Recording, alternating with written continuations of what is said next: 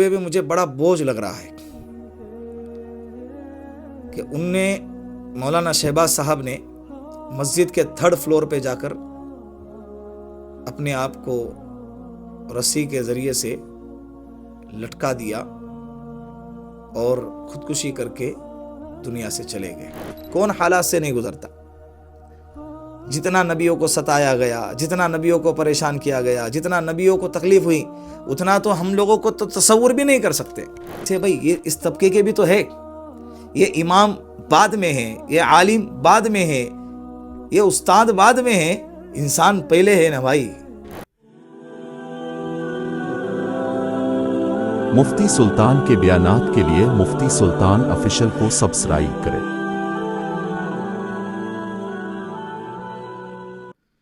السلام علیکم ورحمۃ اللہ وبرکاتہ۔ بہت ہی غم کے ساتھ دل پر ایک بوجھ رکھ کر میں آپ لوگوں کی خدمت میں حاضر ہوا ہوں۔ چند دن پہلے ایسی خبر سامنے آئی جس خبر کو پڑھ کر، دیکھ کر اور سن کر دل ہل گیا۔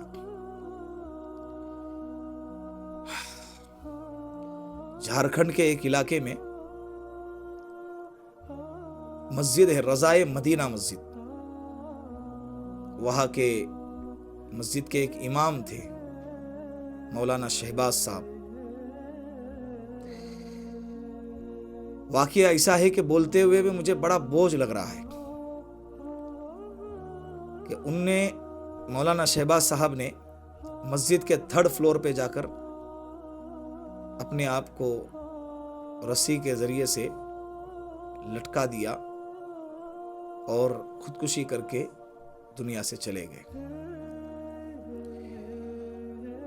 اب کچھ باتیں اس خبر کے سامنے آنے کے بعد میرے ذہن میں گردش کر رہی تھی، سوچا آپ لوگوں کے ساتھ کچھ گفتگو کرے۔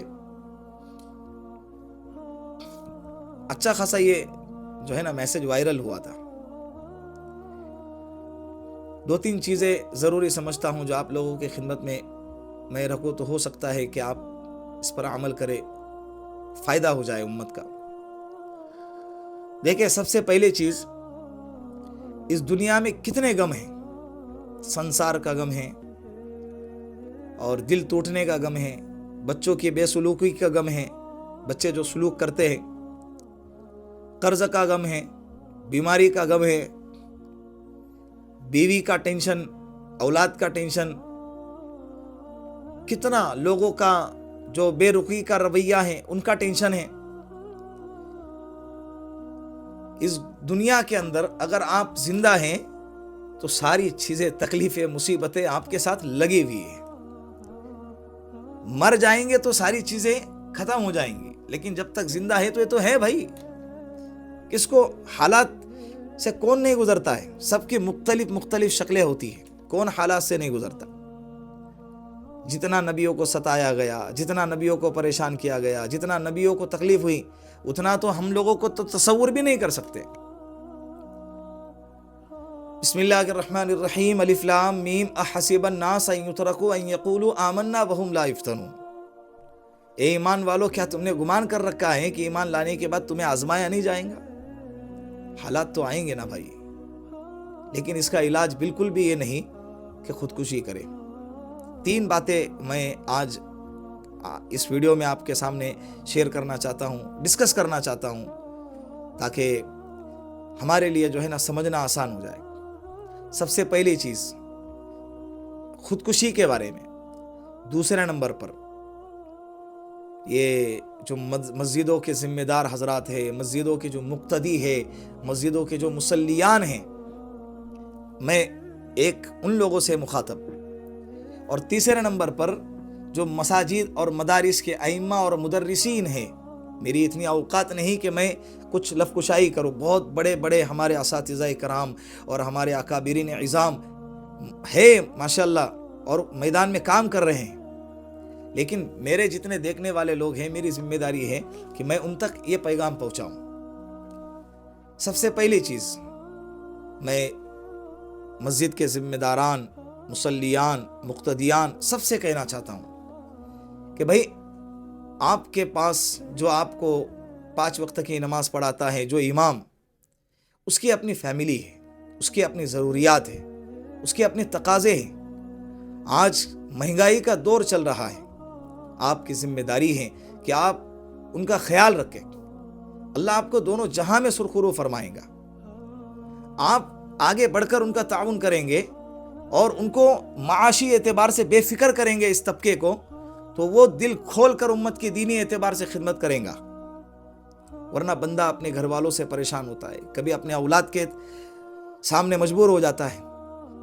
بھئی آپ ہی دیکھ رہے نا، ہر فیلڈ کی تنخواہیں بڑھی ہوئی ہے، ہر فیلڈ میں تنخواہیں بڑھی ہوئی ہے۔ ہر فیلڈ کے اندر جو رقم ہوتی ہے، مزدور طبقہ بھی پہلے 100-200 کے اندر کام کرتا تھا دن بھر کے اندر، اب 700-800 اور 1000 سے نیچے کام نہیں کر رہا ہے۔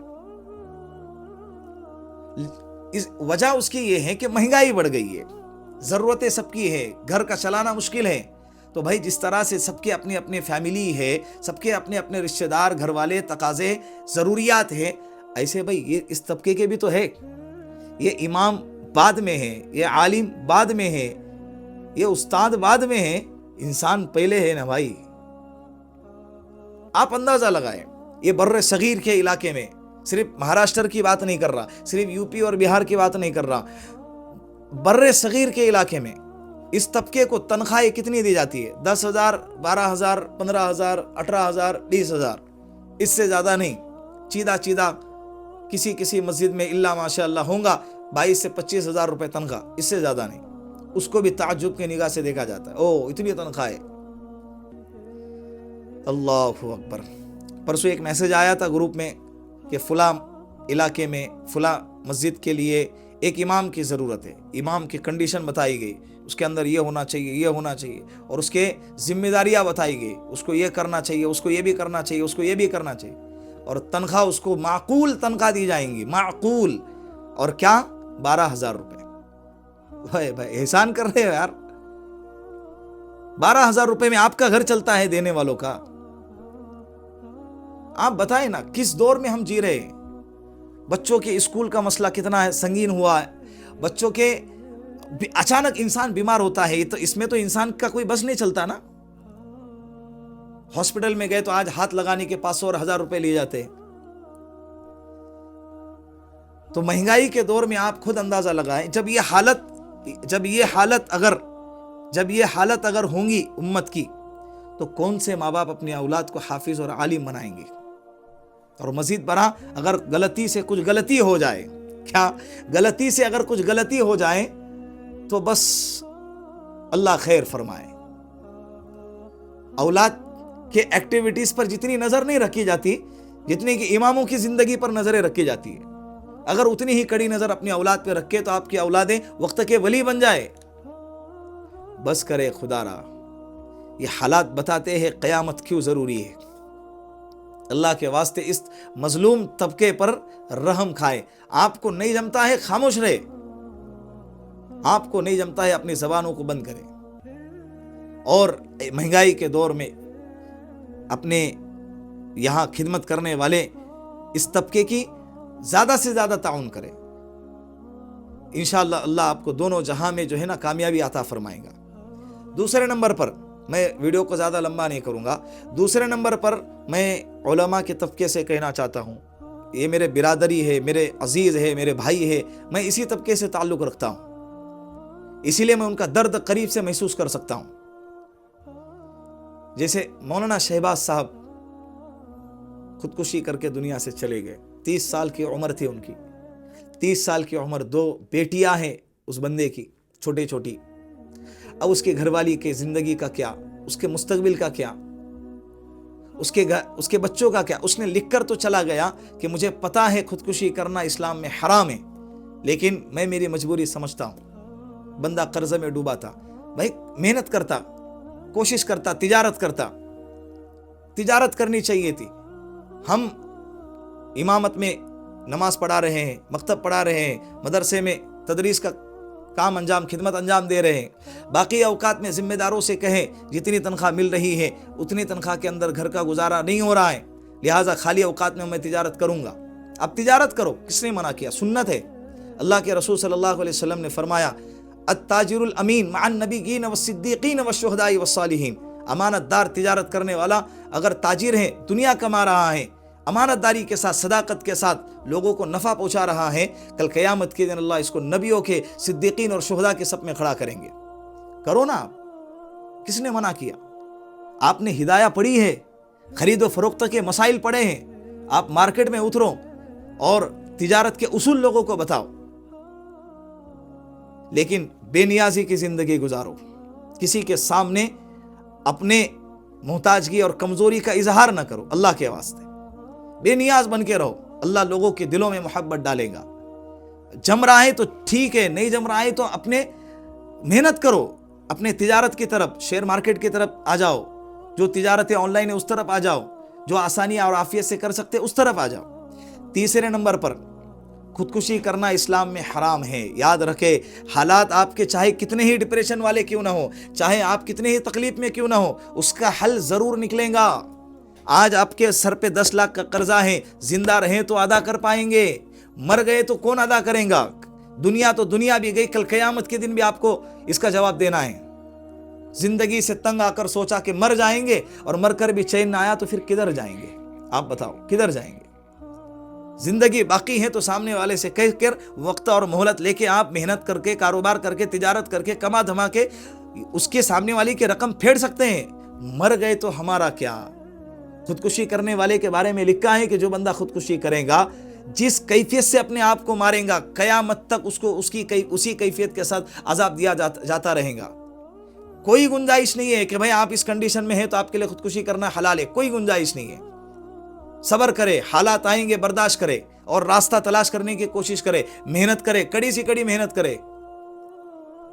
یہ پیغام آپ زیادہ سے زیادہ لوگوں تک پہنچائیں، اور جو باتیں اس میں بیان کی گئی کچھ کمی زیادتی ہو، کسی کو دل پہ لگ گئی ہو، اللہ کے واسطے معاف کر دینا. مولانا شہباز صاحب نے جو خودکشی کی ہے تو کس وجہ سے کی ہے، اس کا کیا سبب بنا، یہ تو ہم جانتے نہیں، اور ڈیپ میں جائیں گے تو وہ بالکل ہمارے قریب کے علاقے کا بھی مسئلہ نہیں ہے، وہاں کے علاقے کے بڑے ذمہ داروں کی یہ ذمہ داری ہے. لیکن میں بہت ہی جو ہے نا اندر سے، دل کے گہرائیوں سے کہنا چاہتا ہوں، ہمارے برادری سے جو ہے، ہمارے برادری سے تعلق رکھنے والے جو علماء کرام ہیں، کہ بھئی اللہ پر توکل رکھے. اللہ غیروں کو جب کھلا سکتے ہیں تو اللہ ہم کو کیوں نہیں کھلائیں گے؟ ایک بزرگ کا قصہ مجھے یاد آتا ہے، ان کا نام میرے ذہن میں نہیں ہے. جب ان کا بیٹا فارغ ہو گیا تو بیٹے کو پکڑ کر وہ بزرگ لے کر گئے جانوروں کے زو میں، جہاں پر سارے قسم کے جانور رکھے ہوتے، اور وہاں لے جانے کے بعد جو گندا جانور تھا نا، وہاں لے جانے کے بعد بچے سے پوچھا کہ بیٹا یہ کیا ہے؟ کہا کہ ابا یہ گندا جانور ہے. کہا کہ بیٹا دیکھ، اللہ جس کو ہم حقیر سمجھتے ہیں، لوگ اس کو گالی کے طور پر یاد کرتے ہیں، اس کو بھی اللہ روزی دیتا ہے، تو اللہ تمہیں اور مجھے کیسے بھوکا سلائیں گا؟ اللہ ہمیں کیسے روزی نہیں دیں گا؟ اسی لیے مخلوق کے آگے کبھی بھی اپنے آپ کو جھکانا نہیں. مانگنا ہے اللہ سے مانگو، بے نیازی کی زندگی گزارو. اللہ رب العزت نے ہر ایک کو روزی دینے کا وعدہ کیا ہے. وَمَا مِن دَابَّةٍ فِي الْأَرْضِ إِلَّا عَلَى اللَّهِ رِزْقُهَا. ہر جاندار کو اللہ رزق دیتے ہیں، جانوروں کو اللہ کھلا رہے، کتے بلیوں کو اللہ کھلا رہے، تو ہم تو اشرف المخلوقات میں سے ہے بھائی. اور اللہ نے ہم کو تجارت کا ایک ہنر دیا ہے، اس کو استعمال کرو. بالکل مایوس ہونے کی ضرورت نہیں، بالکل نا امید ہونے کی ضرورت نہیں، اپنے آپ کو مجبور سمجھنے کی ضرورت نہیں ہے. اللہ نے جس صلاحیتوں کو آپ کے اندر رکھا ہے اس صلاحیت کا استعمال کرو. دینی اعتبار سے خدمت انجام دو، کالر ٹائٹ رکھ کر خدمت انجام دو. اور جب بات آئیں گی غیرت پر، ضمیر پر، اس وقت میں اللہ کے بھروسے نکل پڑو تجارت کے لیے. اللہ رب العزت نے بہت بڑی دنیا رکھی ہے ہمارے لیے، وہاں جا کر اللہ کی عبادت کرتے رہو، ایمان کی حفاظت کرتے رہو، اور اپنے گھر والوں کے حقوق ادا کرتے رہو. السلام علیکم ورحمۃ اللہ وبرکاتہ.